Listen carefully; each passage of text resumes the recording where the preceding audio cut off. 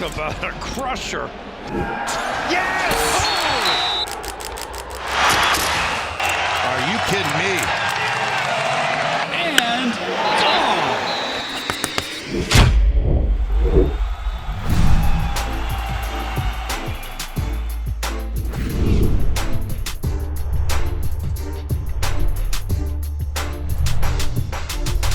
Welcome back to the Schoolyard Sports Podcast. On this podcast land, Frank, we're in episode number 75. It's for 75 episodes through, and I got action-packed episode planned for you. MLB season is underway. The NBA playoffs are set. Scotty Scheffler won the Masters. NFL draft is right around the corner, and so much more. Stay tuned for this action-packed episode number 75. Let's hop into it.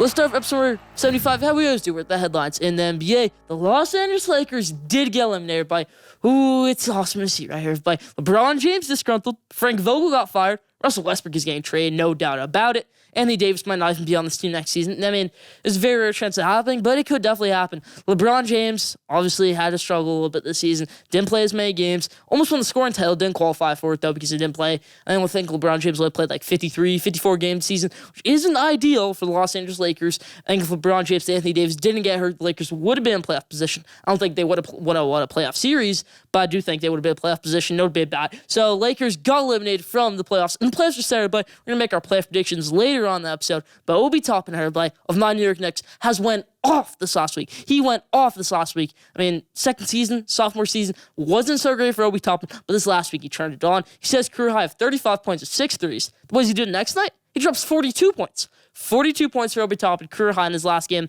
of his NBA sophomore season. What a game for Obi Toppin. What a game. So much news going on in the NBA right now. We're going to make our NBA playoff predictions later. We're going to do our NBA Awards Show later. Stay tuned for that. Let's move to MLB, where we had action-packed opening weekend. Now, MLB opening week was amazing, everybody, but some of the top prospects weren't doing great. Bobby Witt Jr., I know his first game, he had that double to give the Royals the lead. Since that, he's batting .250. He isn't great. Julio Rodriguez took a little bit to get his first hit. Spencer Torkelson isn't doing great. So some of the top prospects struggling. But you know who's a top prospect who isn't struggling? Seiya Suzuki, who I picked to win NL Rookie of the Year, hit a home run the other day, is playing great for Chicago Cubs. Chicago Cubs, my dark horse playoff team for this season. Dark horse. I think Chicago Cubs are could be a very good team this year with Mark Stroman, with Seiya Suzuki, with Wilson Contreras. This is a good team, in my opinion. Seiya Suzuki did get his first career home run, though. Let's talk about my New York Mets now, everybody.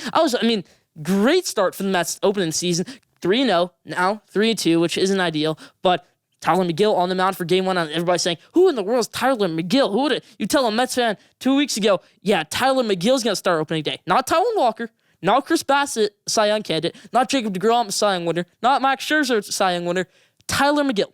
His second season MLB. Tyler McGill played great. Tyler McGill could definitely be in this rotation. I think Tyler McGill, maybe when Jacob deGrom's back, should be a starter over Carlos Carrasco. That's not up to me, though. Buck Showalter was great this week. Nationals were throwing at the Mets a lot. Hit Pete Alonso, hit Francisco Lindor, sparked that fight. So the Mets got up a 3-0 lead in that series. Then, they obviously lost on Sunday to Juan Soto and the Washington Nationals. They blew a bad lead on Monday night against the Philadelphia Phillies. But a lot going on in the MLB right now. My New York Mets doing well to start the season. We got MLB coming up later on this episode. Stay tuned.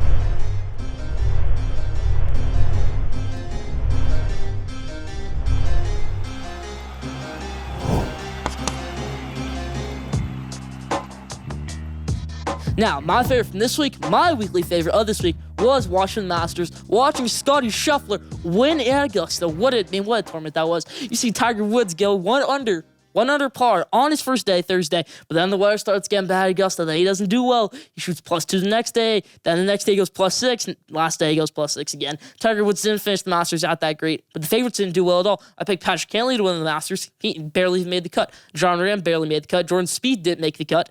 Rory McIlroy did make the cut. Rory McIlroy had a great last day at the Masters. Started the day +1 and finished the day -7. What a day that was for Rory McIlroy. Scotty Scheffler, he's who we talked about. Had -12. Just great. That up and down shot. What a shot that was against Cam Smith. Cam Smith couldn't take the lead right there, but he didn't. Scotty Scheffler, what a birdie that was. Scotty Scheffler got a great future ahead of him. Just very young golfer. Scotty Scheffler, what a win that was for him at the Masters. Leave your thoughts on Scotty Scheffler winning the Masters. Those are mine.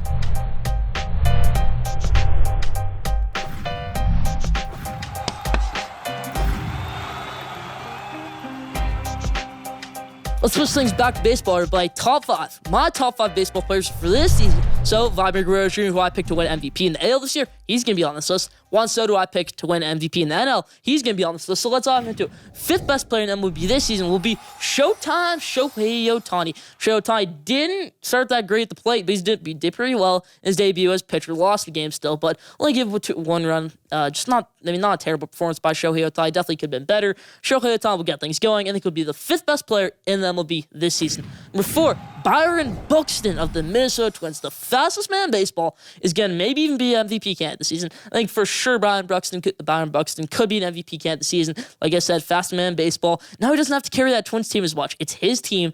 Carlos Correa with him now. Sonny Gray there now. This is Gary Sanchez, the Grand Slam the other day. This is going to be a good Twins team. This Twins team probably will make the playoffs. They're a very good team in a winnable division. I got Byron Buxton as the 4th best player in baseball for right now. Number 3, Mike Trout. Everybody, Mike Trout and the Angels didn't start off the season great. Then Mike Trout hits a home run against the Astros and got things going. I think Mike Trout has a better season than Shohei Ohtani does this season if he can stay healthy. Mike Trout, 3rd best player in baseball for the season. Now, number 2, it's going to be my 2 MVP candidates, Juan Soto and Vladimir Guerrero Jr., my 2 MVPs. So I got Juan Soto winning MVP at the NL. I got him at number 2. And then Vladimir Guerrero Jr., I think, could hit 60 home runs this season. I have Vladimir Guerrero Jr. at number 1. Vladimir Guerrero Jr. is going to crush this ball season. Juan Soto, Juan Soto's next Mike Trout. That's the easiest right there. He probably could even be better than Mike Trout. He can pretty much visualize the strike zone. That's what I see right there. Juan Soto is a great player. Juan Soto, 2nd best player in the MLB for this season.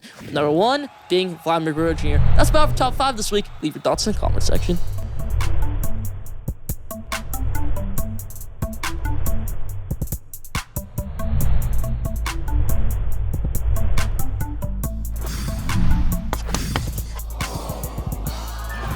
Now, didn't know. This week's Did You Know, it's a great one. Did you know Los Angeles Lakers, who I went on and rant on about last week, who I talked about earlier this episode, they finally finished paying Luol Deng.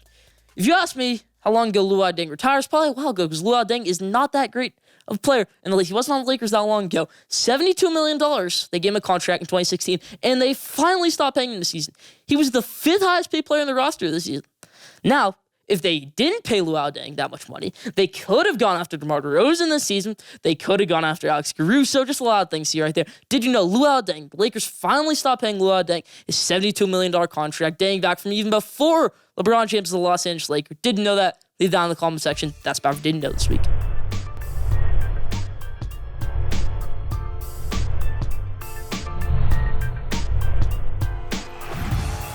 Now, it's that time of year, but it's the NBA Awards Show. I'm not waiting to do my NBA Awards Show until after the playoffs. I'm doing my NBA Awards Show right now when the regular season ends. NBA Awards Show, this is the 2nd ever Schoolyard Sports NBA Awards Show. Let's all admit it. Who was the most disappointing team this season? I wonder who that's going to be. No, it was the Los Angeles Lakers. There's no debate about it. Los Angeles Lakers, you can't put anybody up here. You have 3 MVP candidates. You have LeBron James, MVP winner, 4-time MVP winner. Russell Westbrook, MVP winner. Anthony Davis, MVP candidate.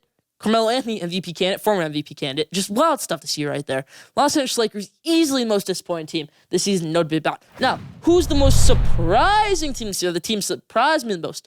The Toronto Raptors. Pascal Siakam, I really thought he wasn't going to have a good year. He did. VanVleet had a good year. Scotty Barnes was great this season as a rookie. So, the most surprising team this year was the Toronto Raptors, and the most disappointing team this year was the Los Angeles Lakers. Who was my favorite player to watch this season? Well, it could be a lot of players. It could be James Harden. It could be Joel Embiid. It could be Kevin Durant. But I'm going to give it to Devin Booker, everybody. Devin Booker was so awesome to watch on both ends of the court this year. It's hustle. Let's play without Chris Paul. Devin Booker's not going to win MVP this year. He should be a candidate, but he's not going to win MVP. My favorite player to watch this season was Devin Booker. Who was my favorite rookie of the season? My favorite rookie to watch the season, so this will be Rookie of the Year. My favorite rookie of the season was Evan Mobley, everybody. Evan Mobley over Cade Cunningham. I think Evan Mobley had a better season than Cade Cunningham. So my Rookie of the Year, my favorite rookie, was Evan Mobley this season. Now, what was the best blooper of the year, best Shaq in the Fool moment, the best gaff of the year? I'm going to say it was Christian Wood at the start of the season when he hit the fan. That fan was mad. Left some meat on the bone. 7. Oh, my goodness. Oh, my goodness. Hope everyone's okay. Jeez. That went truly into the second row. Goodness. Head on a swivel. Young lady? He offered her courtside tickets, and she still was mad. And it's just kind of a funny thing right there. Christian Wood, when he hit the fan during play, I mean, funny blooper right there. That's definitely the blooper of the year this year. When Christian Wood hit the fan at the start of the NBA season. Leave your thoughts. What was the best blooper of the season? Leave your thoughts in the comment section. Now, what was the best play of the year? The best play of the season? Now, this play doesn't get talked about enough. This is the most disrespected play of all time. It's the Devontae Graham full court, buzzer beater, game winner. Is he going to get there? Got to foul him. And they do. He got it. He fouled him. Garrett Temple tried to foul him. 1.4 to play, out of timeouts. Garrett Temple reached for him, didn't get him, and gives Shai Gilgeous-Alexander credit as Devontae sends it. Gets it! The game winner! Oh, wow! Devontae Graham stuns him in Oklahoma City. Just how you drew it up. Shai Gilgeous-Alexander hit a half-court shot right before it to pretty much send the game to overtime. But no, Devontae Graham had other plans. He had a full-court buzzer beater to win the game. When was the last time you saw that? You could say that UConn game in the AAC tournament a couple years ago, but that wasn't even to win the game. The game was to go to overtime. Now, this was to win the game. What a shot that was by Devontae Graham. Not talked about enough, like I said. Maybe the most disrespected play in all of sports. What a play that was by Devontae Graham. That was the best play of the year. Now, what was the best? Who had comeback player of the year? This isn't a real award in the NBA, but who won comeback player of the year? It's easy for me. It's Klay Thompson. Torn ACL, broken leg, comes back, and Klay Thompson did win comeback player of the year. Now, I'm going to give an award just to Draymond Green right here. Draymond Green wins the award of welcome back to basketball, because Draymond Green didn't really play basketball from the 2019 NBA Finals this season. It didn't really seem like it. The Warriors sucked. The Warriors were horrendous from 2019 NBA Finals up until this season. I know they almost made the playoffs last year, but they didn't because Draymond Green blew the playing game against the Grizzlies. They were terrible the season before. So, Draymond Green, you win a welcome back to basketball award. Terrible without Klay Thompson. Terrible without Steph Curry, it seemed like Draymond Green. So you get your own award for this season, Draymond Green. Now, who won Coach of the Year this year?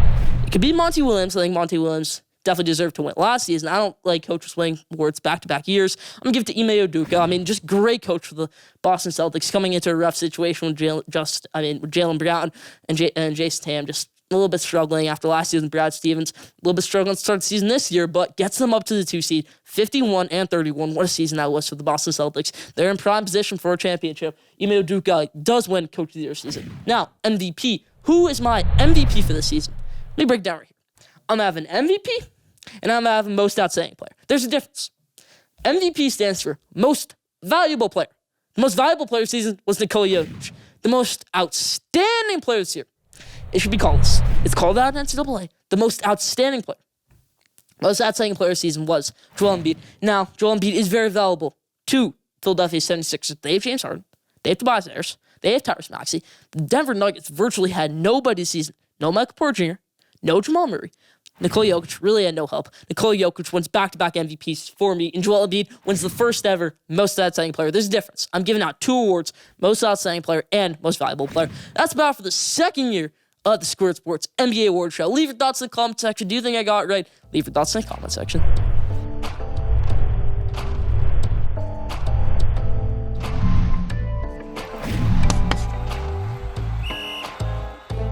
Okay, so New York Yankees slugger Aaron Judge got a $280 million deal, 10 years. And he said, nah, I'm going to pass up on that.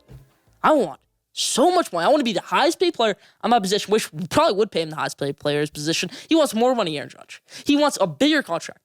Aaron Judge, you are probably the most overrated maybe athlete in sports. I know it's a bit of a crazy statement right there, but since his rookie season, Aaron Judge had 56 home runs his rookie season. Got hurt the next season. Got hurt the season after that. Wasn't great the next season after that. And wasn't that great last season.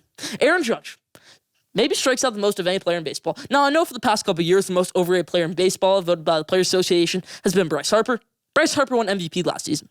It can't be him anymore. The new most overrated player in baseball should be Aaron Judge. Now, I wasn't always an Aaron Judge hater, but he strikes out the most in baseball. He's a walk, strikeout, home run type player. I hate those types of players. Aaron Judge, Giancarlo Stanton is much better than you. Giancarlo Stanton is much better than Aaron Judge, in my opinion. The Yankees should pay Giancarlo Stanton before they pay Aaron Judge. Now, I know Giancarlo Stanton's a lot older than Aaron Judge, but Aaron Judge, what are you thinking?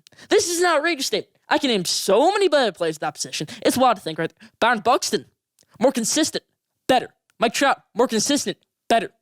Juan Soto, more consistent, better. Bryce Harper, more consistent and better than Aaron Judge. Now, I'm not saying Aaron Judge is a bad player or anything, but not worth to be the highest paid player in baseball, whatever he wants to be. Wild to see right there. Aaron Judge, not going to be in the Yankee next season. Doesn't look like he's going to be in the Pinstripes next season. He could be with the Mets, and I wouldn't be very happy about that. I'd rather maybe Brandon Nimmo over Aaron Judge. So that's a bit of an outrageous statement right there. But Brandon Nimmo can get on base more than Aaron Judge does. He does. That's my take on Aaron Judge. That's my Aaron Judge spotlight for this week. Leave your thoughts in the comment section. That's my Aaron Judge rant. That's my Aaron Judge spotlight.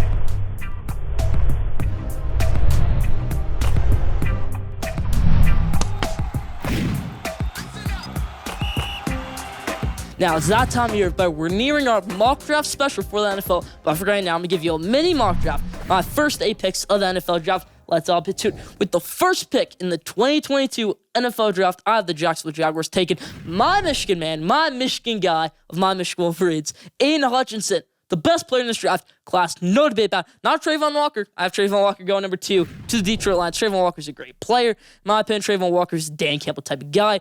Kayvon Thibodeau is not in this top 8. I'm saying right there. Kayvon Thibodeau is not even in some top 10s. Kayvon Thibodeau has attitude issues. Just so much stuff with Kayvon Thibodeau. Injury issues. Aiden Hutchinson doesn't get injured. Trayvon Walker doesn't get injured. Trayvon Walker can win you a game. Aiden Hutchinson can win you a game. Those 2 guys are my top 2 picks. Aiden Hutchinson go number 1. Trayvon Walker go number 2. Now, number 3, the Texans take Ikem Ekwonu out of North Carolina State. Evan Neal, still here, but Evan Neal, I don't think he goes at number 4 to, or at number 3 to the Houston Texans. So I got Ikem Ekwonu, the best offensive line in this draft at North Carolina State. No debate about it. Going to the Houston Texans. Lovie Smith gets his guy. Now, number 4 pick, the New York Jets. Zach Wilson needs some more protection. I think he gets Evan Neal to pair up with Elijah Vera Tucker, with Mekhi Becton, who might even be struggling a little bit right now. Evan Neal pair with them. That'll be a great pick in my opinion. I don't think they go receiver right here. They definitely shouldn't. They shouldn't go Garrett Wilson right here. They should go Garrett Wilson with their number 10 pick, or Drake London, whatever it might be. So I got Evan Neal going number 4 to the New York Jets. Number 5, my New York Giants are on their clock. They have 2 top 10 picks this season, this NFL draft, number 7 pick and number 5 pick. So the number 5 pick in the NFL draft, I have my New York Giants taking Charles Cross, offensive lineman at Mississippi State. Get your priorities right, Joe Shane. Get an offensive lineman before you get a defensive lineman. Get an offensive lineman before you get a weapon for Daniel Jones. Get Charles Cross. This is the perfect pick, in my opinion. Charles Cross to the Giants at pick number 5, the 3rd best offensive lineman in this draft. Now, number 6, the Carolina Panthers select Malik Willis out of Liberty University. Liberty quarterback Malik Willis is a great player in my opinion. Can sling the rock, can run the rock. I mean, not really needs a quarterback era, but he does. This Panthers team is struggling. They need a quarterback. Sam Darnold is not a long-term issue. Cam Newton is definitely not a long-term issue. So I got Malik Willis going number 6 to Carolina Panthers. First quarterback off the board. Best quarterback in this draft class is Malik Willis. Some rumors about Matt Corral going right here. I'm not buying into them. I got the Panthers taking Malik Willis at number 6. Now, number 7, the New York Giants select Kyle Hamilton, in my opinion. Kyle Hamilton had a very bad pro day, ran a 4.9, I think, but that's unofficial. Kyle Hamilton coming off an injury, the best safety in this draft class, in my opinion. Kyle Hamilton, Giants get their defensive guy. Kyle Hamilton goes number 7 to the New York Giants. So not the flashiest pick for the New York Giants. The flashiest pick again, Charles Cross, then again, Kyle Hamilton. But that's why I have my New York Giants taken. Now, the last pick in my mock draft, the Atlanta Falcons select a quarterback. It is quarterback. It's not Matt Corral. It's not Desmond Ridder. It's not Carson Strong. It's not Sam Howell. It is Kenny Pickett. I'm high on Kenny Pickett. I used to not be because he only had 1 good season at Pitt, but I'm buying into it a little bit now. Kenny Pickett, a very good player in my opinion. Kenny Pickett, not the best quarterback in this draft class, 2nd best quarterback in this draft class. Arthur Blank needs to find a quarterback training away Matt Ryan, and they do. They get Kenny Pickett. Still more coming, Schoolyard Sports, Lane Frank, this special episode number 75. That's my top 8 mock draft. We're nearing the NFL draft, everybody, and we're nearing our mock draft special. Stay tuned.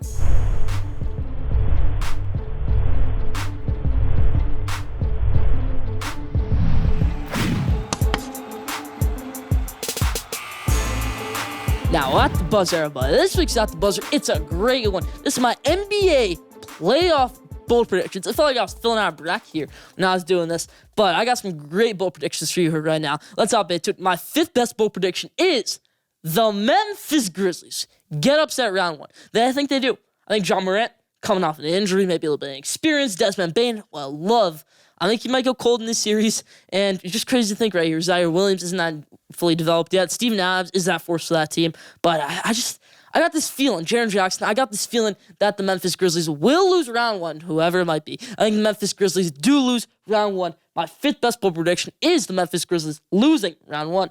Number 4, I have the Milwaukee Bucks being a round 2 exit. So the reigning NBA champions, they're pretty much the Baylor of the NBA. Baylor, reigning champions from last season, lost round 2. I have the Bucks losing round 2 right here to the Boston Celtics, so I'm going to talk about a little bit in the next prediction. But I got Milwaukee Bucks, reigning champions, losing in the second round. That's my 4th best bowl prediction. Number 3, I think there's going to be a Sixers Celtics conference finals and a Warriors Suns conference finals. Now, do the Warriors win that series? I don't think so. And I think the Sixers and Joel Embiid overmatch the Boston Celtics, which I hate to see right there. So I have my second best bowl prediction. I have a Sixers Suns NBA finals. What a series this will be, in my opinion. I think he goes to 7 games. I think Joel Embiid plays great.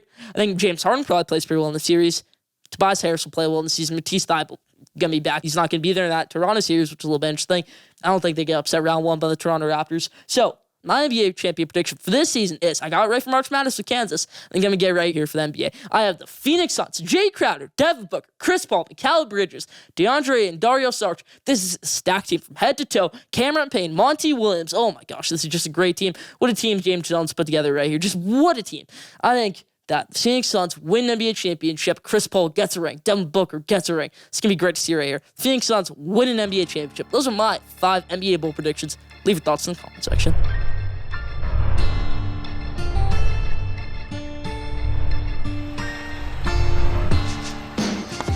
Now, best for last, question today. This week's question today is, who is the best team in baseball? Is it Mets? Is it the Dodgers? Is it the Mariners? Is it the Blue Jays? Is it somebody else? Leave your answer in the comment section. Is it the Rangers? Whoever you want to say it. Astros. Who's the best team in baseball? Leave your answer in the comment section. Best team in MLB? Leave your answer in the comment section. That's about question today this week. That's about for Schoolyard Sports Landfrick, episode number 75. Thank you for tuning in. Follow Schoolyard Sports on Instagram at Schoolyard Sports. Follow Schoolyard Sports on Twitter at Schoolyard Sport. Follow Schoolyard Sports on TikTok at Schoolyard Sport. Don't forget to subscribe, rate, and review for the best sports content in the world. We'll be back here next week, episode number 76. Stay tuned.